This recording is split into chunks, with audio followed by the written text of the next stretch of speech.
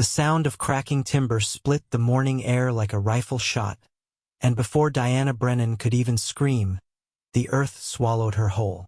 One moment she had been drawing water from the well behind her father's homestead, the rope rough against her palms as she hauled up the bucket, and the next the wooden frame splintered beneath her weight. The rotted boards gave way with a violence that left no time for thought, only the terrible sensation of falling through empty air into darkness. Her back slammed against the earthen wall, scraping skin through her cotton dress, before she plunged into the frigid water below. The shock of it stole her breath, and she surfaced gasping, her skirts already heavy as lead around her legs. Diana treaded water in the narrow space, her heart hammering against her ribs as she looked up at the circle of blue Nebraska sky impossibly far above. Splintered wood jutted from the walls at odd angles, and dirt continued to rain down from where the structure had collapsed. She could see the morning sun, bright and indifferent, and for a moment panic seized her so completely that she could not even call out. "Help!" The word finally tore from her throat, raw and desperate. "Somebody help me!"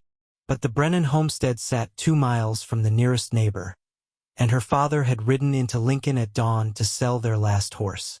Her mother had been dead 3 years now, taken by fever one brutal winter. Diana was alone, and the realization of it made her limbs feel even heavier in the water.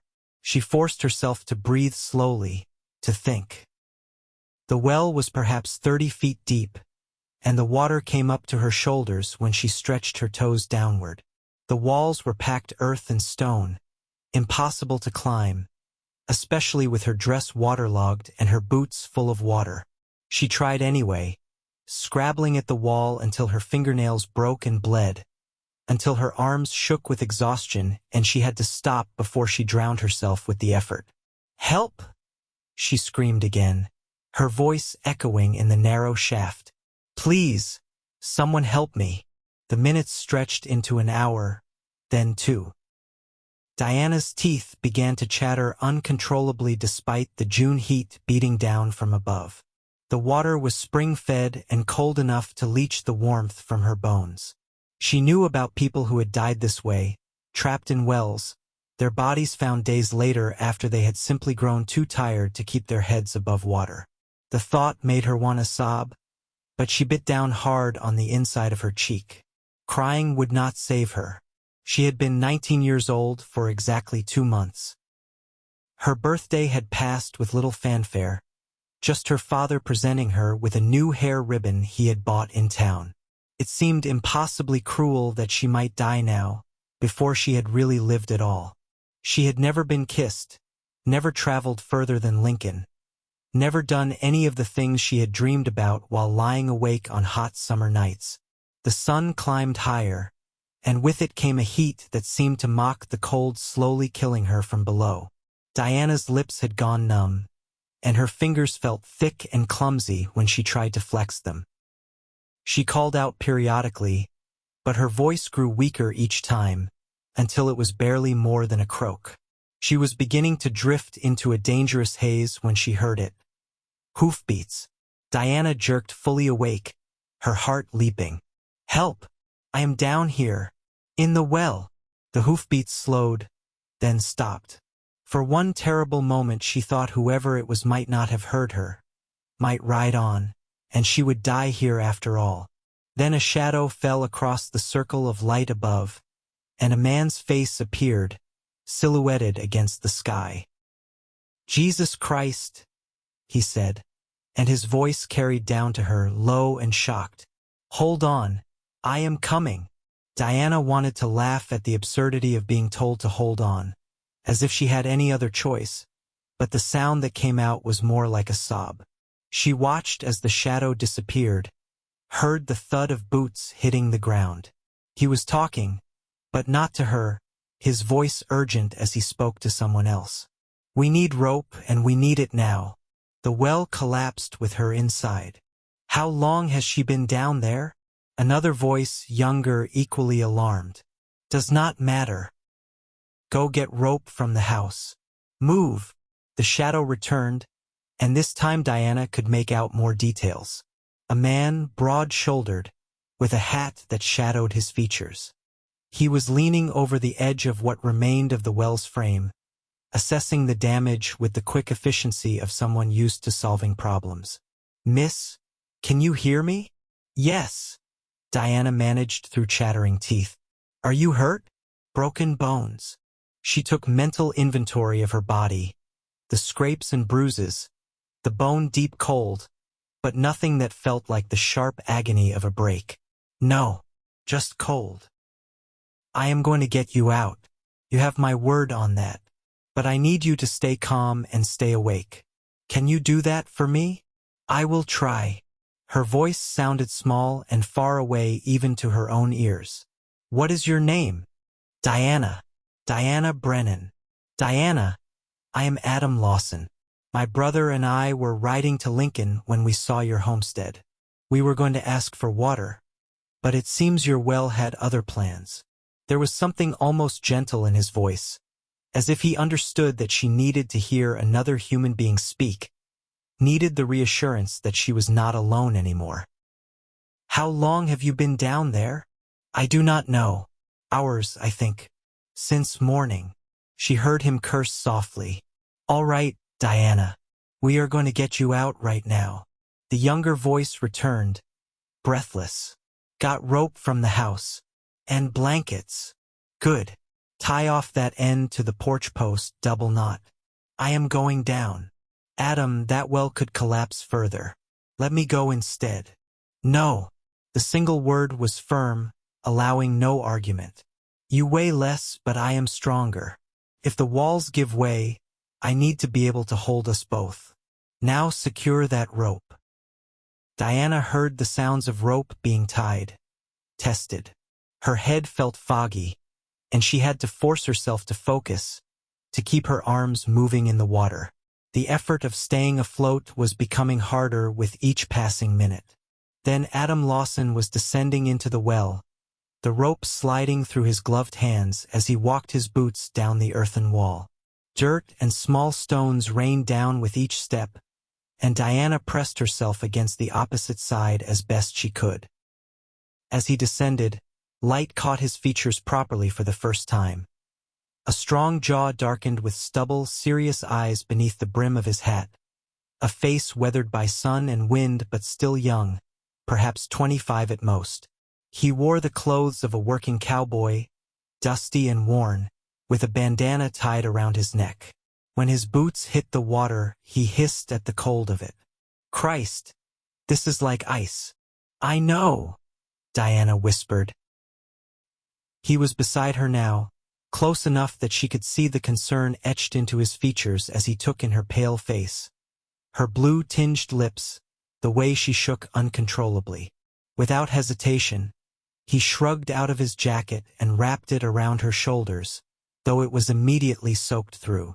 "We are going to get you out of here," he said, and his hands were on her waist, steadying her. "I am going to tie this rope around both of us, and my brother Jacob is going to pull us up. You are going to hold on to me, understand? Hold on as tight as you can." Diana nodded, though she was not sure her arms would obey her. They felt like lead, nerveless and weak. Adam seemed to sense this, and he worked quickly, looping the rope around them both, securing it with knots that would hold their combined weight. His movements were confident, practiced, and Diana found herself trusting him instinctively. "All right," he called up. "Start pulling slow and steady."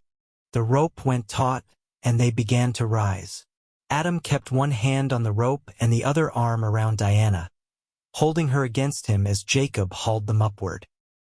It was slow going, and twice the earthen wall crumbled beneath Adam's boots, sending them swinging sickeningly in the narrow space. Each time, Adam steadied them, his arm tightening around Diana until she was pressed against his chest, hearing the steady thud of his heartbeat beneath her ear. "Almost there," he murmured. "You are doing fine. Just hold on a little longer."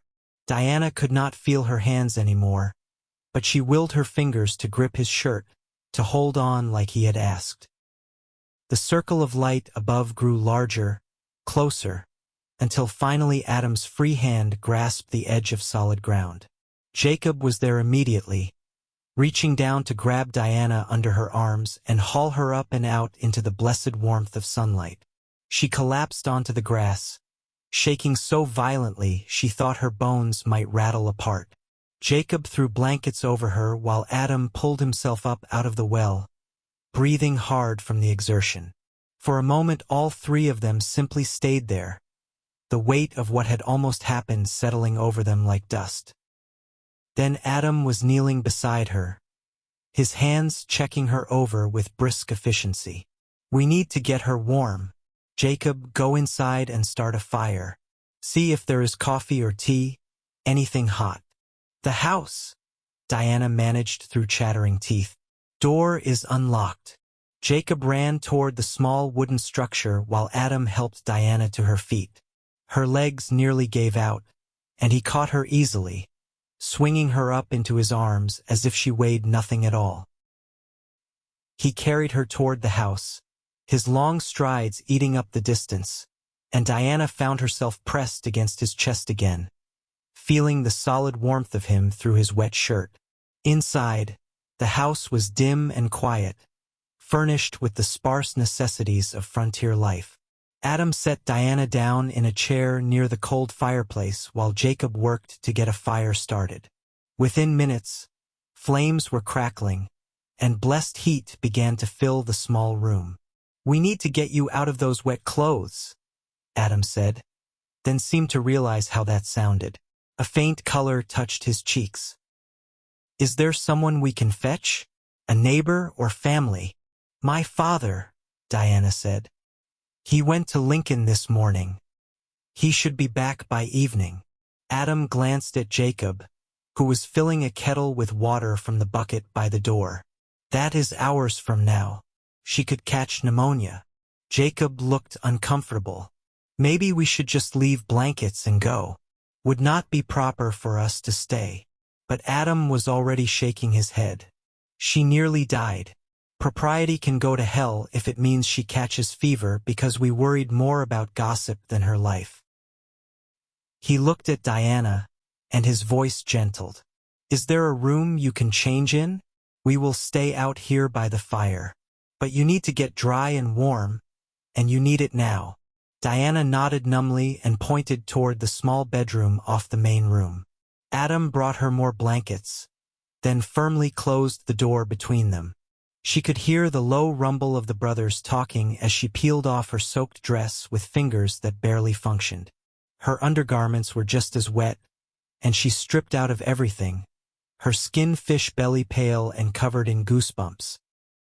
She dried herself with a rough towel, then pulled on her warmest nightgown and wrapped herself in a quilt before emerging. Adam and Jacob had removed their own wet boots and were sitting by the fire, steam rising from the kettle.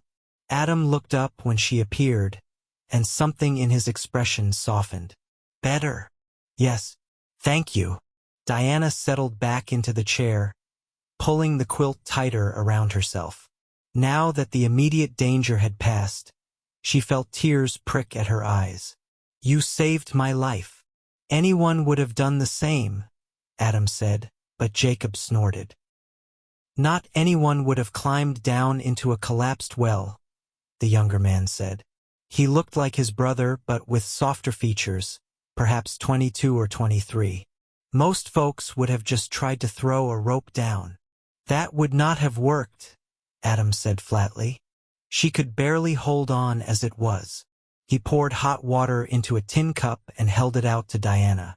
"No coffee or tea, but hot water will help." Diana wrapped her hands around the cup, letting the warmth seep into her frozen fingers. They sat in silence for a moment, the fire crackling cheerfully, before she said, "Where are you from? I have not seen you in Lincoln before." "We have a small ranch about 15 miles north of here," Adam said. "We were heading to Lincoln to pick up supplies. Lumber mostly. We are building an addition onto the barn. And fence posts," Jacob added. "We need about 100 fence posts." Diana sipped the hot water, feeling it burn a path down her throat and into her stomach. Slowly, painfully, warmth was returning to her body. How did you know what to do? In the well, I mean.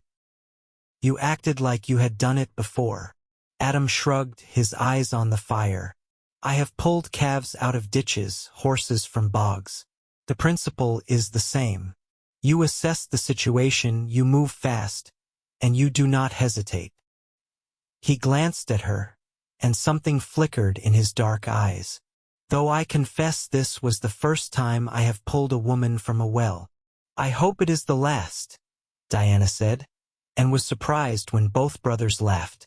I hope so too, Adam agreed. They talked as the afternoon wore on, waiting for Diana's father to return. She learned that the Lawson brothers had inherited their ranch from an uncle who had died the previous year. They ran cattle, about 200 head, and were working to expand the operation. Jacob was the optimist, full of plans for the future, while Adam was more reserved, more practical. He listened more than he spoke, but when he did speak, his words carried weight. Diana found herself watching Adam when she thought he would not notice. There was something steady about him, something solid and reassuring. He had not hesitated when he saw she was in danger, had risked his own life without a second thought. In the wild Nebraska territory of 1878, where survival often depended on a person's ability to be hard and selfish, such selflessness was rare. When hoofbeats finally sounded outside, signaling her father's return, Diana felt a strange pang of disappointment. Thomas Brennan burst through the door, his weathered face creased with concern when he saw his daughter wrapped in quilts by the fire and two strange men in his home. Diana, what happened? Are you all right? Adam stood, extending his hand. Adam Lawson, sir. This is my brother Jacob. We were passing by this morning when we heard your daughter calling for help. The well collapsed with her inside. Thomas's face went ashen. He crossed to Diana, his hands shaking as he gripped her shoulders. My God, are you hurt? No, Papa, just cold. But I am fine now. She gestured to the brothers. They pulled me out. Adam climbed down into the well and brought me up. Thomas turned to look at Adam with new eyes, and Diana saw her father's throat work as he swallowed hard. You saved my daughter's life. I did what anyone would do, Adam said, but Thomas was already shaking his head. Not anyone. Most men would not have had the courage to climb down into a collapsed well. He seemed to struggle for words, then said simply, I owe you a debt I can never repay. You owe me nothing, Adam said firmly. I am just glad we came by when we did. But Thomas would not hear of them leaving without supper, insisting despite the brothers' protests that they had already done more than enough. Diana watched as her father pulled out what little food they had, preparing a simple meal of beans and cornbread, and she saw the way Adam's eyes took in the bare cupboards, the worn furniture, the signs of poverty that marked the Brennan household. Over supper, Thomas explained that his horse had gone lame just outside Lincoln, forcing him to sell the animal for far less than it was worth and walk the 2 miles back home. Leaves us in a bad spot, he admitted, his voice heavy. I needed that horse for plowing. Cannot work the far field without one. Diana saw something pass between the Lawson brothers, a wordless communication that spoke of shared thoughts and mutual understanding. Then Adam said carefully, We have a gelding we could loan you. He is getting on in years, too old for ranch work, but he is still strong enough for plowing. I could not accept that, Thomas said immediately. It is not charity, Adam replied. Call it payment for the meal and the company. That old horse just eats hay and takes up space in our barn. He would be better off working again, earning his keep. They argued about it for another 20 minutes, but in the end Thomas agreed, too desperate to refuse help his pride would otherwise have rejected. It was arranged that the brothers would bring the horse by in 2 days, giving them time to return to their ranch and complete their business in Lincoln. When Adam and Jacob finally took their leave, the sun was setting in a blaze of orange and gold. Diana walked them to the door, her legs still unsteady but functional. Adam paused on the threshold, his hat in his hands, and looked down at her with an expression she could not quite read. "You take care of yourself, Diana Brennan," he said softly. "I will, and thank you for everything." He nodded once, then settled his hat back on his head and walked toward where their horses were tied. Diana stood in the doorway watching until they disappeared over the rise, and even then she stayed there, staring at the empty horizon. "That is a good man," her father said from behind her. Diana turned to find him watching her with knowing eyes.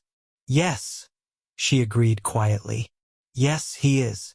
The next 2 days passed in a strange haze. Diana helped her father patch the well with what lumber they had, covering the collapsed section with boards and stones to prevent anyone else from falling in. Every time she looked at it, she felt an echo of that terrible panic, the cold water closing over her head, the certainty that she was going to die.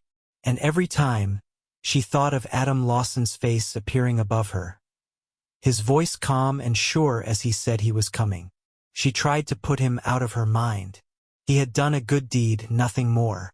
He would bring the horse, and then she would probably never see him again. There was no reason for the way her heart jumped every time she heard hoofbeats in the distance. No reason for the disappointment she felt when it turned out to be just a neighbor passing by.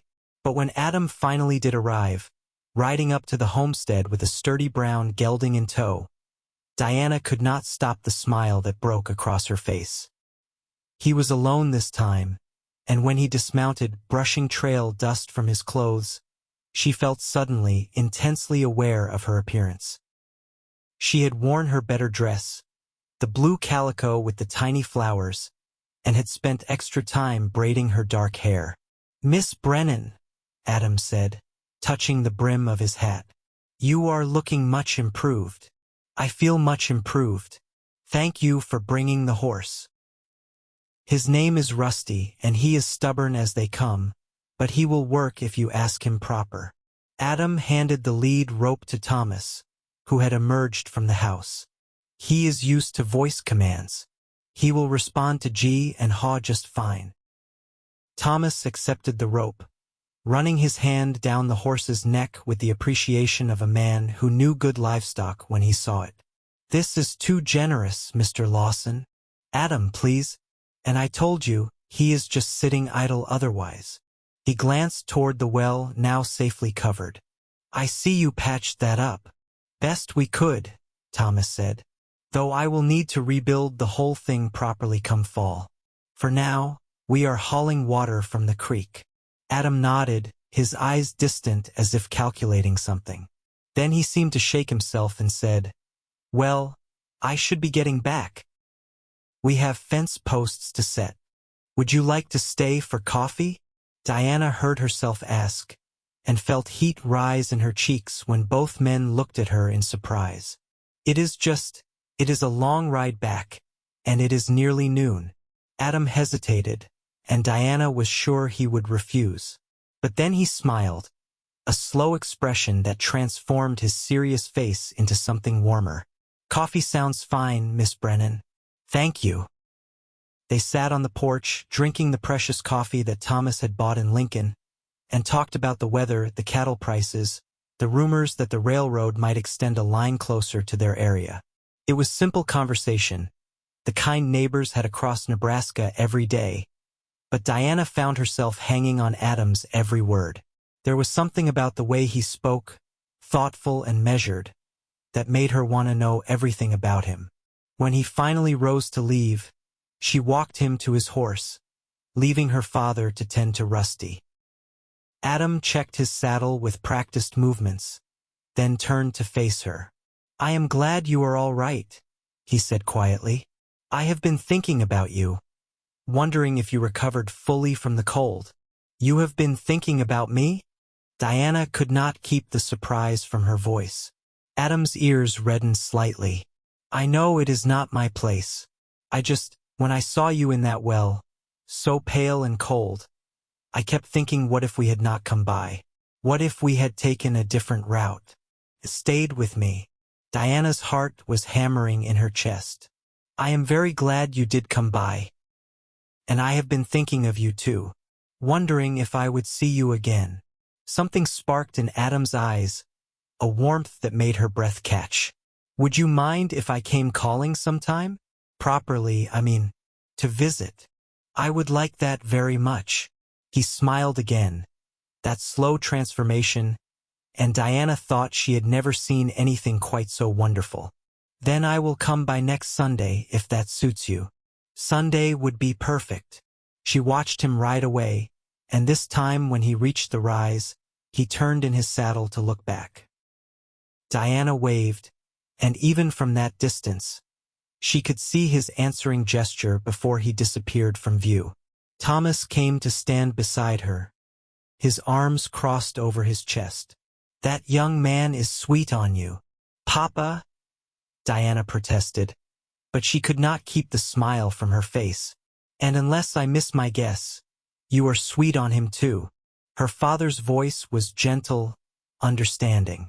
He seems like a good man, Diana, solid and hard-working, the kind who would take care of a family. It is too soon to talk about such things. He is only coming to visit. But as she went about her chores for the rest of the day, Diana found herself thinking about what Sunday would bring, and her heart felt lighter than it had in months. True to his word, Adam arrived on Sunday afternoon, freshly shaved and wearing his good shirt. He brought a jar of honey his brother had traded for, and he stayed for 3 hours, sitting with Diana on the porch while Thomas discreetly worked in the barn. They talked about everything and nothing, their conversation flowing as easily as water. Diana told him about her mother, how she had died, and the loneliness that had filled the house afterward. Adam told her about growing up in Missouri, about coming west with Jacob after their parents had died in a fire, about the uncle who had given them a chance at a new life before his own death. It has been hard, building the ranch, Adam admitted. Some days I wonder if we made the right choice, staying out here. The land is unforgiving, and the winters are brutal. But you have not given up, Diana said. No, because giving up would mean all the struggle was for nothing. My parents did not raise quitters, and my uncle believed in us. I owe it to them to make this work. Diana understood that bone-deep determination, that refusal to surrender in the face of hardship. It was what kept frontier families going when the crops failed and the snow piled so high you could not see the barn from the house. It was what had kept her father working after her mother died, what kept Diana herself from breaking under the weight of loss and isolation. When Adam left that evening, he asked if he could call again the following Sunday. Diana agreed, and so began a pattern that stretched through the summer weeks. Every Sunday, Adam would ride the 15 miles to the Brennan homestead, and every Sunday, Diana found herself falling a little more in love with the serious cowboy who had saved her life. They went for walks along the creek, wading in the shallow water and talking about their dreams for the future. Adam wanted to expand his herd, to build a real house to replace the rough cabin he and Jacob currently lived in. Diana wanted to see something beyond the Nebraska plains, wanted to visit a real city with tall buildings and theaters. But more than that, she found she wanted a home, a family, something to call her own. One Sunday in late August, as they sat by the creek with their bare feet in the water, Adam reached over and took her hand.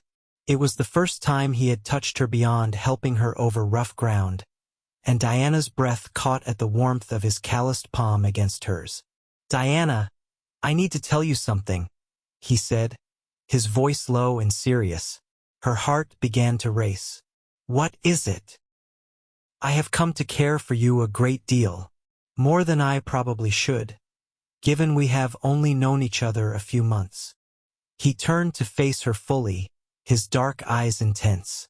"But when I think about my future, about building that ranch and making something of myself, you are in every picture I see. You are part of every dream. Diana could barely breathe. Adam, I know I do not have much to offer. The ranch is still struggling, and there are days we eat nothing but beans and old bread. I cannot promise you luxury or ease. But I can promise you that I will work every day to build us a good life. I can promise you that I will never let you fall without climbing down to catch you. His hand tightened on hers. I love you, Diana, and if you will have me, I would be honored to make you my wife. Tears spilled down Diana's cheeks, but they were tears of joy. Yes, she whispered. Yes, I will have you. I love you too, Adam. I think I have loved you since the moment you appeared at the top of that well. Adam cupped her face in his hands, his thumbs brushing away her tears. Then he kissed her, soft and sweet and full of promise. Diana felt as if the whole world had narrowed to just this moment, just the two of them by the creek with the August sun warm on their shoulders. When they told Thomas that evening, he was not surprised. I could see this coming from the first Sunday he showed up, he said, but his eyes were bright with emotion as he shook Adam's hand. You will take good care of my daughter. I will, sir. You have my word. They were married in Lincoln on a crisp September morning, with Jacob standing as Adam's best man and Thomas giving Diana away. The ceremony was simple, held in the small church at the edge of town, but Diana felt like a queen in her mother's wedding dress, carefully altered to fit her smaller frame. When Adam slipped the simple gold band onto her finger, she knew she was making the right choice, that this man who had risked his life for her would be her partner in all the struggles and joys to come. The wedding supper was held at the ranch, with a handful of neighbors and friends joining the celebration. Diana saw her new home for the first time, the rough cabin that Adam had apologized for a dozen times during the ride from Lincoln. It was small and spare, but it was clean and sturdy, and she could see the potential in it. We will build something better, Adam promised as he carried her over the threshold. I swear it, Diana. You will have a proper house. I do not need a proper house, Diana said, wrapping her arms around his neck. I just need you. That night, as they lay together in the narrow bed, Diana thought about how much her life had changed in just a few short months. She had gone from being a lonely girl on a struggling homestead to being a wife with a future stretching before her. And it had all started with a collapsed well and a cowboy who had not hesitated to climb down into the darkness to save her. What are you thinking about? Adam murmured, his arms warm around her. About how lucky I am, Diana said. About how different things would be if you had not come by that day. I think we were meant to find each other, Adam said. Some things are just fate. Diana nestled closer, listening to the steady beat of his heart. Then I am grateful for fate. The first months of their marriage were hard in the way that frontier life was always hard. Diana learned to cook over an open fire, to make bread from scratch, to preserve vegetables and meat for the long winter ahead. She learned to help Adam and Jacob with the cattle, riding out across the range to check on the herd, mending fences until her hands were blistered. It was exhausting work, but she did it gladly because she was building a life with the man she loved. Winter came early that year, sweeping across the plains with a fury that caught everyone unprepared. Snow fell in drifts so high they could barely get the door open, and the wind howled like a living thing around the cabin. Diana and Adam huddled by the fire, burning precious wood and rationing their food, praying the cattle would survive the brutal cold. When the storms finally broke in late February, they rode out to assess the damage. They had lost 15 head, frozen where they stood in the far pasture. It was a devastating blow, one that left Adam silent and withdrawn for days. Diana watched him struggle with it, saw him blame himself even though there was nothing he could have done differently. We will recover, she told him one night as they lay in bed. We still have the rest of the herd. We will rebuild.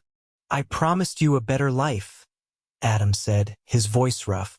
I promised you I would provide. You are providing. You are doing everything you can, Adam.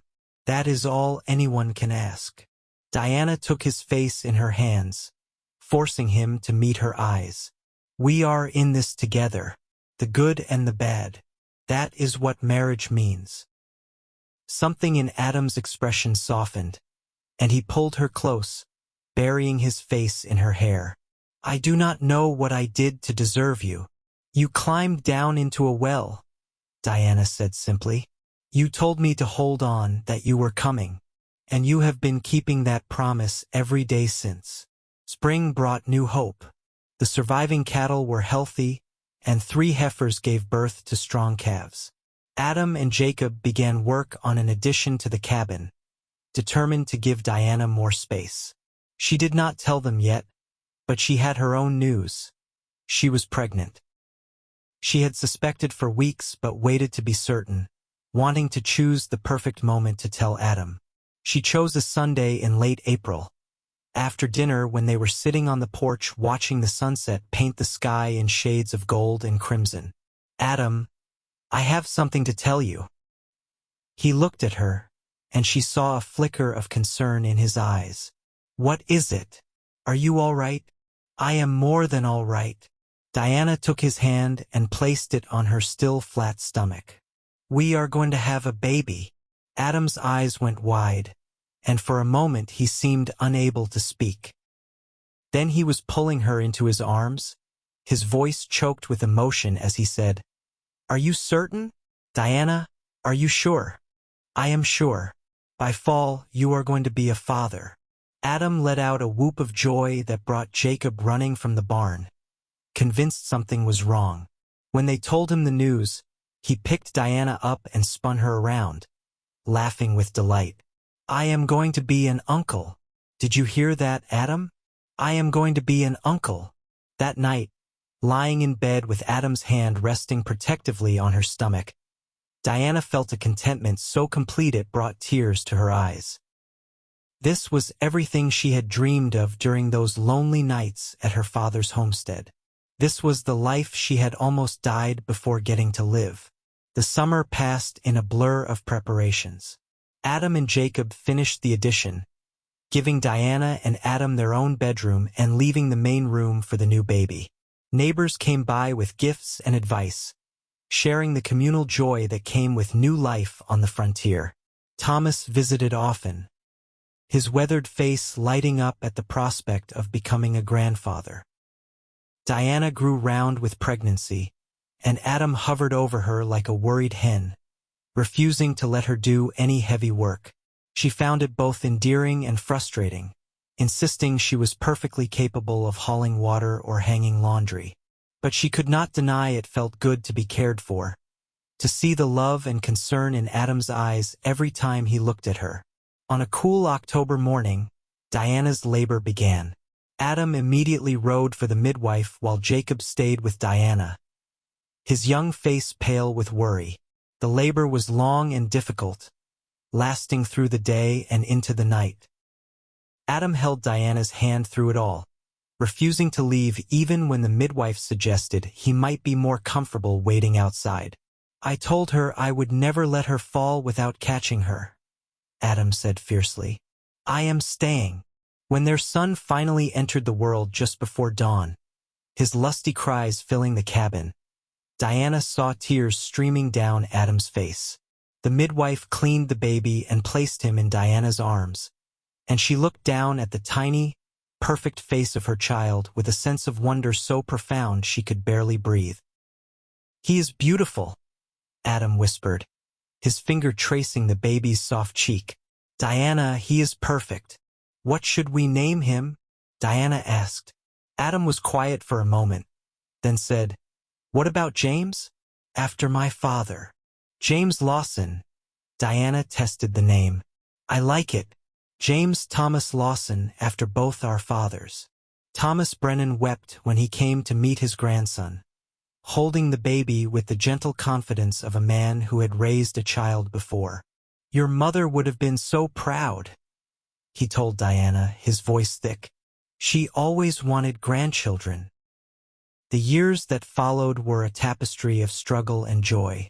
The ranch slowly prospered as Adam and Jacob worked from dawn until dusk, expanding the herd and improving their land. Diana tended the house and the garden, raised James, and eventually gave birth to 2 more children. A daughter they named Sarah, with her father's dark eyes and serious expression, and another son they called William, who was all sunshine and laughter from the day he was born. The cabin was expanded twice more, growing from a simple structure into a real home with separate bedrooms for the children and a proper kitchen for Diana. Adam built her the things he had promised: a good life, a safe home, a family filled with love. And Diana gave him something equally precious: a partner who stood beside him through every hardship, who believed in him even when he doubted himself, who loved him with the same fierce determination he had shown when he climbed down into that well. Lincoln grew from a rough frontier town into a real city, with paved streets and gas lights, a proper school for the children, and a railroad that connected them to the wider world. The Lawson Ranch became one of the most respected in the area, known for quality cattle and fair dealing. Jacob eventually married a woman named Emma who he met at a church social, and they built their own house on the far side of the ranch property, starting their own family. But through all the changes, all the years, Diana never forgot that June morning when the well collapsed with her inside. She never forgot the sound of Adam's voice calling down to her, steady and sure, promising he was coming. It had been the beginning of everything. Their love, their family, the life they built together from nothing but determination and devotion. On their 20th wedding anniversary, Adam surprised Diana with a gift. He led her outside to where the old well had been, now filled in and marked with a small monument he had commissioned from a stonemason in Lincoln. The inscription read, "Here Diana fell, and here love began. June 1878. Diana read the words through tears, then turned to her husband, the cowboy who had saved her in every way a person could be saved. "It is perfect." Adam pulled her into his arms, and at 45 years old, his embrace felt the same as it had when they were young. Strong and safe and full of promise. "You are my heart, Diana Lawson. You have been since the moment I saw you in that well, so cold and scared but refusing to give up. I knew then that you were someone special, and I knew you were someone special when you did not hesitate to come after me," Diana said. "Not everyone would have been so brave. It was not bravery, it was necessity. I could not have lived with myself if I had not tried to save you." He smiled down at her, his weathered face still handsome, still dear to her after all these years. "Though I had no idea that saving you would end up saving me too." They stood there by the monument as the sun set over their land, their children's laughter floating from the house behind them. James was 21 now, working the ranch alongside his father and talking about getting married to a girl from town. Sarah, at 17, was planning to become a teacher, determined to bring education to frontier children. And William, 14 and full of mischief, dreamed of seeing the wider world but always promised he would come home again. It was more than Diana had ever dared hope for during those desperate hours in the cold water. More than she had imagined possible when Adam first appeared above her like an answer to prayer. But as she leaned into her husband's embrace, watching the sun paint the Nebraska sky in shades of fire, she understood that this had been their destiny all along. 2 lives intersecting at the precise moment they were needed. 2 hearts recognizing their match across circumstances that should have ended in tragedy but instead sparked joy. 2 people who took their second chance and built something beautiful from it, something lasting. "I love you," Diana said, the words as true now as they had been when she first spoke them by the creek all those years ago. "I love you too," Adam replied, his voice warm with the weight of 20 years of proof. "Hold on, I am coming. That is what I told you that day, and I have been keeping that promise ever since." Diana smiled, thinking of all the times over the years when life had been hard, when money was scarce or the weather turned cruel or illness struck their household. Every time, Adam had been there, solid and unwavering, telling her in words and actions to hold on, that he was coming, that they would face whatever came together. "And I have been holding on," she said. "To you, to us, to this beautiful life we built." Inside the house, someone called them for dinner, and they turned to go in together, hand in hand as they had walked through 2 decades of marriage. Their children were waiting. Their home was warm and welcoming, and tomorrow would bring new challenges and new joys. But tonight, on this anniversary of promises made and kept, Diana and Adam Lawson simply held each other close and gave thanks for a collapsed well, a cowboy's courage, and the love that grew from a moment of crisis into a lifetime of devotion. The years continued to unfold with the steady rhythm of ranch life. James married his sweetheart Mary in a beautiful ceremony at the Lincoln Church, and within a year, Diana was holding her first grandchild, a squirming baby girl named Emily. The joy of it nearly overwhelmed her. Seeing her son hold his daughter with the same tender awe Adam had shown holding James all those years ago. Sarah did indeed become a teacher, opening a small school on the ranch property where she taught not only the Lawson children but also the sons and daughters of neighboring families. She had her mother's determination and her father's patience, and she transformed young minds with the kind of passion that made Diana's heart swell with pride. William, true to his restless nature, spent a year traveling east, writing long letters home about the cities he saw and the wonders he encountered. But he came back, just as he had promised, settling back into ranch life with stories that kept them entertained through long winter nights. He had inherited his father's skill with horses and soon developed a reputation as one of the best trainers in the territory. Thomas Brennan lived to see his great-grandchildren grow, passing peacefully in his sleep at the age of 73. They buried him next to Diana's mother in the Lincoln Cemetery, and Adam stood beside Diana through her grief, his steady presence the rock she anchored herself to. Jacob and Emma's family flourished alongside their own, and the ranch that had once been a struggling operation became a true legacy. The Lawson name meant something in Nebraska, meant quality and integrity and the kind of hard work that built communities. But for Diana, the true measure of their success was not in the size of their herd or the value of their land. It was in the way Adam still reached for her hand when they sat together on the porch. It was in the way her children had grown into good, compassionate adults who knew the value of family. It was in the grandchildren who climbed into her lap for stories, and the great-grandchildren who toddled around the ranch yard, shrieking with laughter. One spring evening when Diana was 62 and Adam was 68, they took a walk together out to the old well marker. It had become a tradition for them, visiting this spot on their anniversary and remembering the day that changed everything. "Do you ever wonder what would have happened if the well had not collapsed?" Diana asked, leaning against her husband's side.